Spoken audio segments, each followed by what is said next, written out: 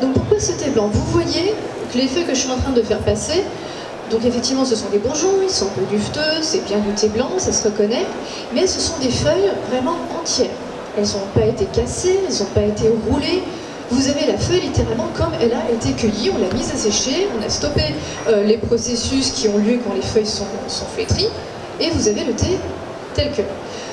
Ça veut dire que dans votre physionomie de feuille, les cellules de votre feuille, là je vous parle vraiment physico-chimie, hein, c'est très pratique, les cellules de votre feuille sont toujours intactes. Ce qui fait qu'au contact de l'eau, cette feuille-là, si vous ne la chauffez pas assez, elle n'aura tout simplement pas envie d'ouvrir ses cellules et l'hydratation se fera peu ou mal ou pendant assez longtemps.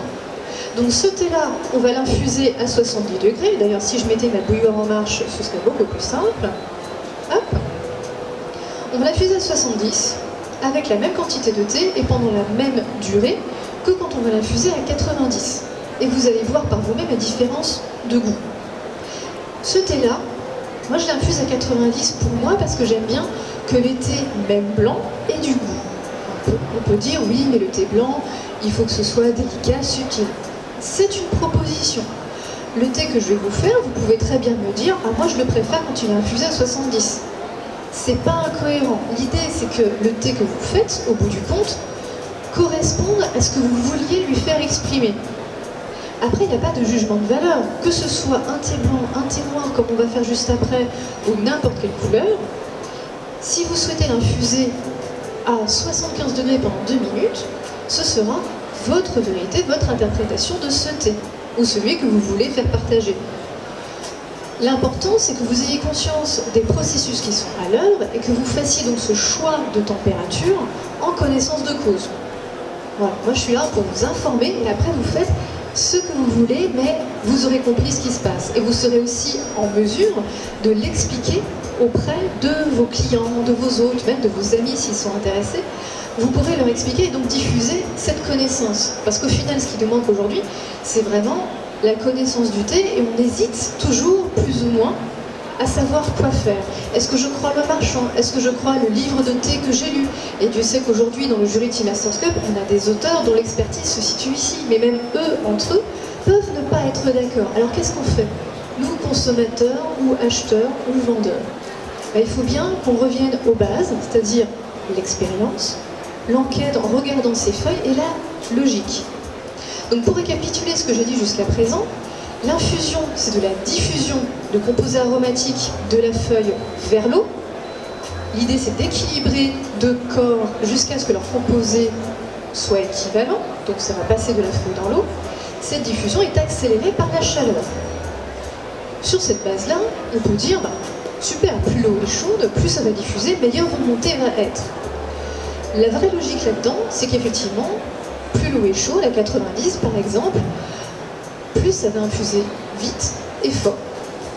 Après, ça dépend ce que vous voulez faire exprimer à votre thé.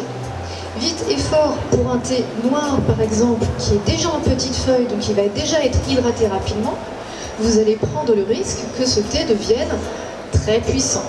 Peut-être avec de l'amertume, avec de l'acidité. Si vous l'aimez comme ça, il n'y a pas de problème. Mais il faut prendre en compte ce risque et ses conséquences quand vous allez le préparer.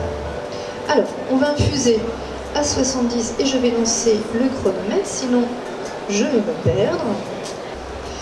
Alors, ce que je vous disais par rapport aux habitudes, que vous pouvez très bien aimer un thé comme ceci ou cela, et c'est pas forcément ce qu'on vous dit de faire.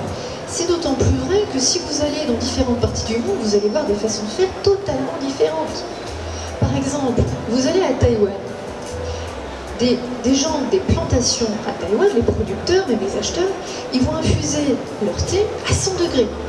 Et si vous leur dites, oui, mais à 100 degrés, tu vas brûler les feuilles, c'est pas possible, ça peut pas s'infuser comme ça. Sauf que pour eux, parce qu'ils sont habitués, ça peut s'infuser comme ça. Et ils ont une approche un petit peu différente aussi, puisque nous, on est consommateurs, on attend un produit, si ce n'est parfait, mais en tout cas agréable.